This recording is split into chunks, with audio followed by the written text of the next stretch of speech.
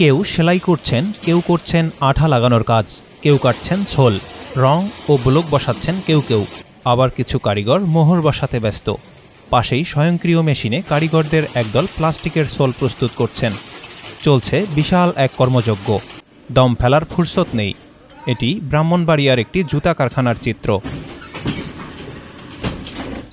ঈদ উল ফিতরকে কেন্দ্র করে জেলার পাদুকা শিল্পের কারিগরেরা ব্যস্ত সময় পার করছেন। প্রতিদিন দুপুর 2টা থেকে রাত 2টা পর্যন্ত চলে জুতা তৈরির কাজ। আমাদের কাজ রমজানে আয়েশেরা রাত্রে একটু কাজ হয় 2টার পর থেকে রাত্র 2টা, আর এমনি নরমালি কাজ হয় 9টার থেকে 9টা।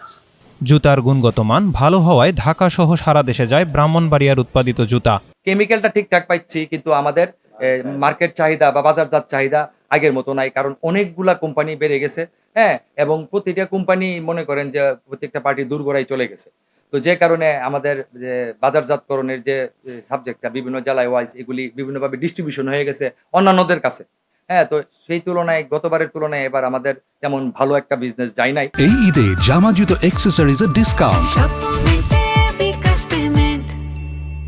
জানা গেছে ব্রাহ্মণবাড়িয়ায় হাতে তৈরি ও মেশিনে তৈরি দুই ধরনের জুতার কারখানা আছে। মেশিনে তৈরি জুতার কারখানাকে বলা হয় পিও ফুটওয়্যার। ব্রাহ্মণবাড়িয়া পিও ফুটওয়্যার অ্যাসোসিয়েশনের অন্তর্ভুক্ত কারখানা 38টি, আর হাতে তৈরির জুতা কারখানা আছে 20 থেকে 25টি। এসব কারখানায় কাজ করে প্রায় 5 থেকে 6 হাজার শ্রমিক। আমি আবারের কাজ করি আজকে 24-26 বছর ধরে। মোটামুটি এবছর আছে মোটামুটি ভালোই, খারাপ না, নরমালি ভালোই কাজ করছি।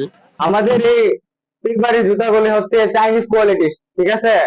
এখানকার জুতা হচ্ছে আপনি চাইনা জুতার সাথে তুলনা করতে পারবেন। দৈনিক 1000-1200 টাকার কাজ করা যেত, আর না 1000-1200 টাকার কাজ করা গেলে দিনের রাতে 24 ঘন্টা করলেও কাজ হয় না।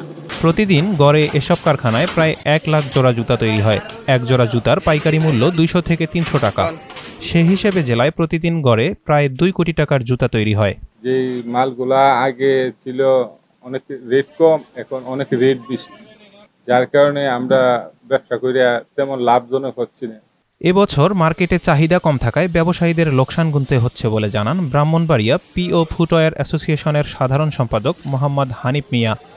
বাজারে মাল খাইছে না, বাজারে না খাওয়াতে আমাদের ব্যবসা অনেক লস হয়েছে।